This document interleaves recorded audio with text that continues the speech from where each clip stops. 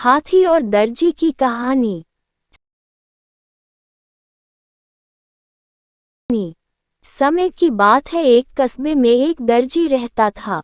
दर्जी बहुत ही दयालु और अच्छे स्वभाव का इंसान था। आसपास के सभी लोग उसी से अपने कपड़े सिलवाते थे। एक दिन कहीं से एक हाथी आया और दर्जी के पास आकर खड़ा हो गया। हाथी को अपने पास खड़ा देखकर दर्जी ने खाने के लिए कुछ फल हाथी को दे दिए। फल खाकर हाथी बहुत खुश हुआ और वहां से चला गया। दूसरे दिन हाथी फिर दर्जी के पास आकर खड़ा हो गया। दर्जी समझ गया कि हाथी को फल खाना है। दर्जी ने फिर कुछ फल हाथी को दे दिए। हाथी इस बार भी फल खाकर वापस चला गया। अब हाथी प्रतिदिन दर्जी के पास आता और उसकी दुकान के सामने खड़ा हो जाता। दर्जी उसे कुछ फल दे देता जिन्हें खाकर वह वापस चला जाता था। ये सिलसिला कई दिनों तक चलता रहा। एक दिन दर्जी को कुछ जरूरी काम आ गया जिससे उसे बाहर जाना पड़ा। बाहर जाने के पहले दर्जी दुकान पर अपने लड़के को बैठा गया और उसे कुछ फल दे दिए और जाते जाते बोल गया कि जब भी हाथी आए तो उसे यह फल खिला देना। लड़के ने अपने पिता की बात में हामी भर दी। दर्जी का लड़का बहुत शरारती था, उसे एक शरारत सूझी। उसने फल पहले ही खा लिए और जब हाथी दुकान पर आया और फल खाने के लिए जैसे ही सूंड आगे बढ़ाई, दर्जी के लड़के ने उसकी सूंड में सुई चुभो दी। सुई लगने से हाथी की सूंड में तेज दर्द हो रहा था।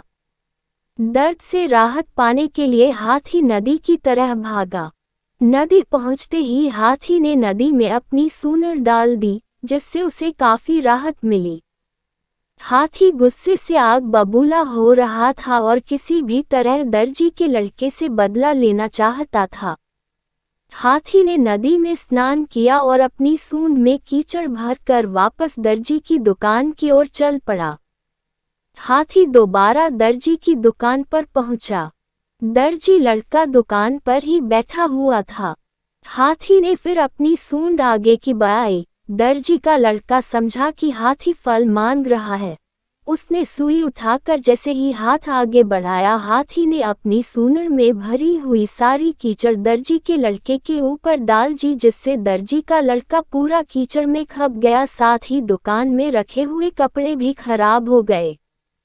जब दर्जी लौटकर दुकान आया तो अपनी दुकान की हालत देखकर लड़के से सारा माजरा पूछा। लड़का बोला, ये कीचड़ आपका हाथी सूंड में भर कर लाया था और मेरे ऊपर डालकर सारी दुकान को खराब कर गया। उद्धरण चिन्ह। दर्जी को लड़के की बात पर विश्वास नहीं हुआ। उसने जब लड़के से सख्ती से पूछताछ की तो लड़के ने सारी बात बतला दी। दर्जी अपने लड़के को लेकर उस स्थान पर गया जहां हाथी रहता था। दर्जी ने प्यार से हाथी को सहलाया और उससे कुछ फल खाने के लिए दिए। दर्जी ने अपने लड़के को बुलाया और उसके हाथों भी से कुछ फल हाथी को दिलवाए। फल खाकर हाथी का गुस्सा शांत हुआ और उसने दर्जी के लड़के को क्षमा कर दिया। फल खाकर हाथी का गुस्सा शांत हुआ।